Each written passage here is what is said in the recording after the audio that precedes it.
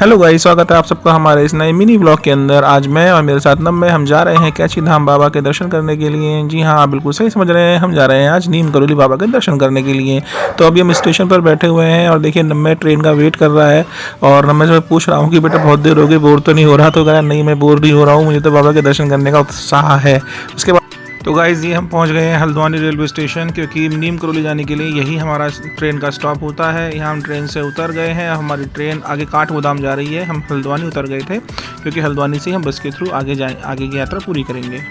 तो गाइज़ अब हम ट्रेन से उतरकर बाहर हल्द्वानी स्टेशन के आ गए हैं। यहाँ हल्की हल्की बारिश हो रही थी, मौसम बड़ा सुहाना हो गया था गाइज़, और नम्मे को तो काफ़ी मज़ा आ रहा था।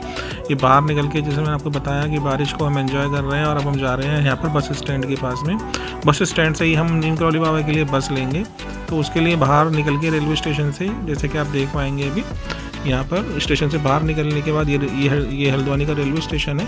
इससे बाहर निकल के हम यहाँ से राइट टर्न लेते हैं, और राइट टर्न लेने के बाद हम फिर एक और राइट टर्न लेंगे, तब हम बस स्टेशन पर पहुँच जाएंगे। यहाँ तो अब हम बस स्टैंड पर पहुँच गए हैं। यहाँ से हमने उत्तराखंड टूरिज्म की बस करी थी, जिसने हमसे 105 रुपये लिए। अब ये बस जो थी कुछ अंदर से ऐसी थी, आप देख सकते हैं, जो कि सरकारी बस है, तो उसकी हालत देखिए, सीटें फटी हुई हैं। अभी यात्री आए नहीं हैं। 6 बजे इस बस का टाइम था चलने का। ये बस चल पड़ी है और हम रास्ते में नज़ारों को देखते हुए, मस्ती से, बारिश का मज़ा लेते हुए हम जा रहे हैं बाबा के दर्शन करने के लिए। जब रास्ते में आप पहुंचेंगे तो एक मंदिर आता है जहाँ पर बहुत बड़े हनुमान जी लगे हुए हैं। तो देखिए गाइस, यहाँ पर ये जो है हनुमान जी की मूर्ति है, कितनी बड़ी। यहाँ पर एक मंदिर है हनुमान जी का, अगर आप चाहते हैं तो यहाँ पर भी आप दर्शन कर सकते हैं। इसके बाद गाइस फाइनली हम वहाँ पहुँच ही गए जहाँ जाने के लिए हम घर से निकले थे। जी हाँ, नीम करोली बाबा के आश्रम और उनके मंदिर में। तो देखिए आप नीचे, आपको दिखाई दे रहा है नीम करोली बाबा का मंदिर। यहाँ पर फाइनली अब हमने नहाने धोने के बाद में बाबा के दर्शन करने के लिए चढ़ाई शुरू कर दी है। यहाँ पर हम आगे चले गए थे जहाँ नहाते धोते हैं, उसके बाद हम वापस आ रहे हैं ताकि हम दर्शन कर सकें। इसके बाद में हमने यहाँ जूता घर में अपने जूते चप्पलों को रखा है। ये बिल्कुल फ्री है, यहाँ पर इसका कोई चार्ज नहीं लगता है।